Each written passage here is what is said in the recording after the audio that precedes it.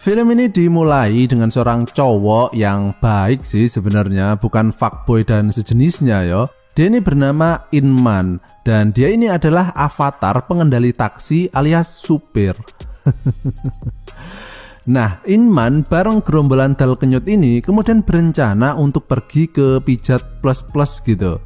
Namun karena Inman ini kismin yo alias nggak punya duit, kemudian dia pun nggak mau ikut. Dan sebagai pelampiasannya, dia nonton JAV aja di HP-nya sambil mengamplas batangnya. Tapi tiba-tiba bosnya nelpon loh, sehingga imajinasi tingkat tingginya itu tadi buyar.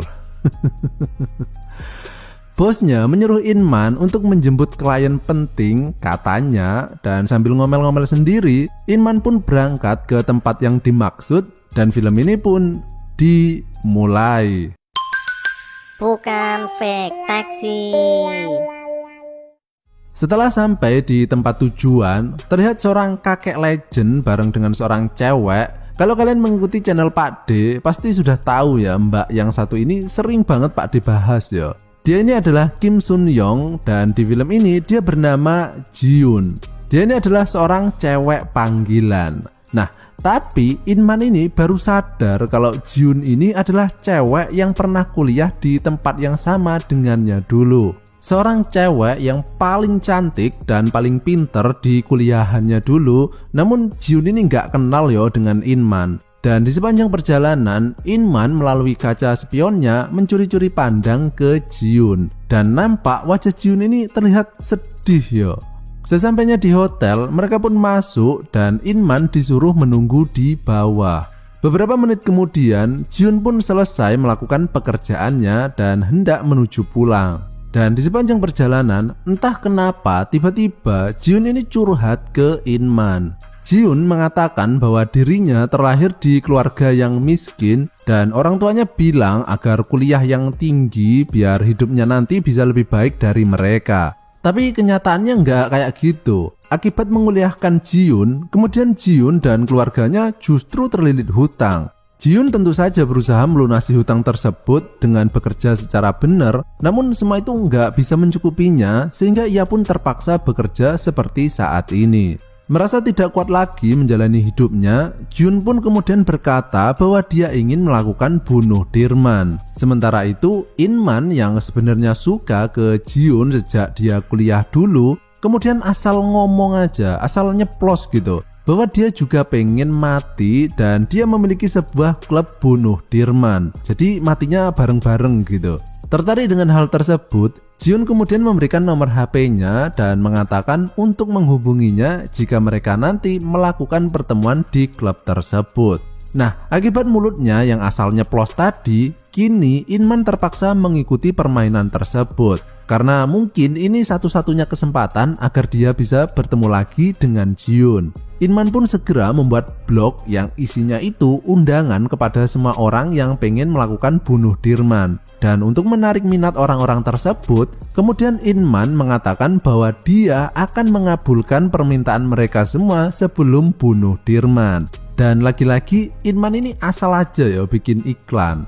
Keesokan malamnya, Inman menunggu orang-orang tersebut di tempat yang sudah ditentukan dan mulailah muncul orang-orang yang tertarik melakukan bunuh Dirman. Dimulai dengan seorang cewek yang periang banget, gak ada indikasi apapun yang menunjukkan dia ini punya masalah berat yo. Dia ini bernama Harry. Kemudian disusul dengan Jiun dan terakhir adalah Chohee. Mereka pun ngumpul sambil minum-minum beras kentur dan di sini mereka mengatakan alasan masing-masing kenapa mereka ingin mati. Dimulai dari Harry, dia ini pengen mati karena dia jatuh cinta sama cowok yang berjanji akan menikahinya, tapi kenyataannya dia justru ditinggal dan akan menikah dengan cewek lain. Sementara itu alasan Jiun sudah kita bahas di awal tadi ya. Nah, dari keempat orang ini terlihat Chohee lah yang mengalami depresi paling berat dan dia tidak mau mengatakan alasannya tersebut. Sementara itu, Inman ini ngarang aja ya, kenapa dia pengen mati, karena sebenarnya dia nggak pengen mati toh. Dia ini cuma asal-asalan aja bikin klub ini. Dan mereka semua tertarik bergabung karena tergiur akan janji bahwa permintaan terakhir mereka akan dikabulkan. yang merupakan asal mula judul film ini, yaitu Wish Taxi yang berarti taksi atau supir taksi yang bakal mengabulkan permintaan. Mereka pun mengatakan permintaan mereka masing-masing. Jiun ingin merasakan gimana rasanya menjadi orang kaya yang bisa makan dan belanja sepuasnya. Kemudian Inman secara ceplas-ceplos mengatakan bahwa dia pengen bisa menggenjot banyak cewek sebelum meninggal. Pak D juga pengen kalau kayak gitu. Sementara itu, yang lain masih belum memikirkan apa yang mereka inginkan. Keesokan harinya, Inman pun berusaha memenuhi permintaan Jiun terlebih dahulu, yaitu datang ke restoran paling mahal dan ke toko barang-barang bermerek yang kalau sekiranya yang pesen itu Pak D, paling Pak D langsung jual rumah. Nah, terus gimana cara Inman membayarnya? Wong dia ini kan orang miskin toh. Nah, ternyata Inman ini memeras kakek legend tadi karena dia tahu semua informasi penting ketika ia mabuk di taksinya. Setelah selesai, mereka kemudian mampir di sebuah penginapan untuk nyantai-nyantai sambil makan-makan dan minum-minum. Dan beberapa saat kemudian terlihat Harry yang sudah sangat teler sehingga Chohee harus mengantarnya ke dalam kamar. Sementara itu Jiun yang merasa seneng banget karena keinginannya sudah terkabul. Kemudian sebagai gantinya, dia pun mengabulkan permintaan Inman, yaitu melakukan prosesi bercocok tanam. Mantap. Sementara itu, Chohee yang merupakan orang yang terlihat paling menderita dan pengen segera melakukan bunuh Dirman, kemudian pergi menuju ke dalam taksi dan sembari memegang HP yang terlihat foto dirinya dengan seorang pria, kemudian Chohee menghidupkan obat nyamuk bakar merek Cap Bundir. Obat nyamuk bakar Cap Bundir mampu menghabisi nyamuk dalam sekejap termasuk orangnya. Dengan aroma khas teletong yang menusuk hidung, dijamin Anda pasti ketagihan.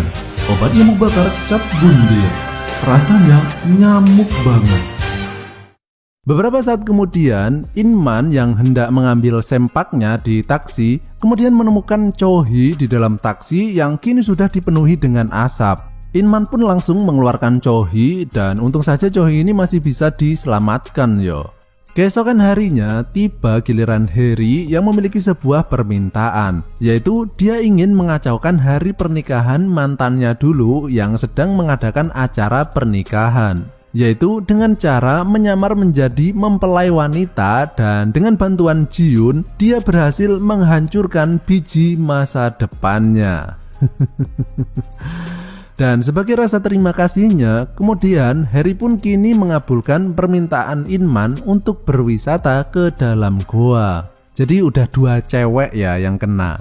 Sementara itu terlihat Chohee yang sedang ngowoh di pinggir kali dan di sini kita diperlihatkan masa lalu Chohee kenapa dia ini sampai segitu sedihnya. Ternyata beberapa waktu lalu Chohee ini hendak melangsungkan pernikahan. Namun di tengah perjalanan mereka ini kemudian mengalami kecelakaan yang mengakibatkan calon suaminya tersebut meninggal. Sehingga dia ini merasa sedih dan kesepian banget yo. Malamnya Chohee yang masih belum memiliki permintaan karena yang ada di pikirannya selama ini cuma pengen cepat mati gitu aja. Kemudian dia terlebih dahulu mengabulkan permintaan Inman untuk bergerilya di lahan gundul tanpa rumput. Dan pada poin ini Pak D bener-bener iri ya. Inman ini main sama 3 cewek loh. Dan gak ada yang marah pula.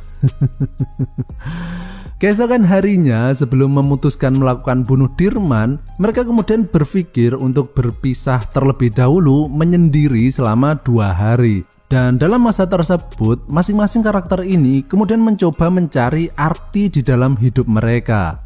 Jiun yang kemudian menjual semua barang mewah yang dibelinya tadi, berniat untuk memberikan semua uangnya kepada ibunya. Namun ternyata ibunya kini sudah menjual semua properti miliknya untuk melunasi hutang Jiun. Dan di sini Jiun sadar bahwa jika ia sampai mengakhiri hidupnya, bukankah itu adalah hal yang sangat egois ya? Karena bukan cuma dirinya saja toh yang tersakiti, melainkan orang-orang yang sayang kepadanya.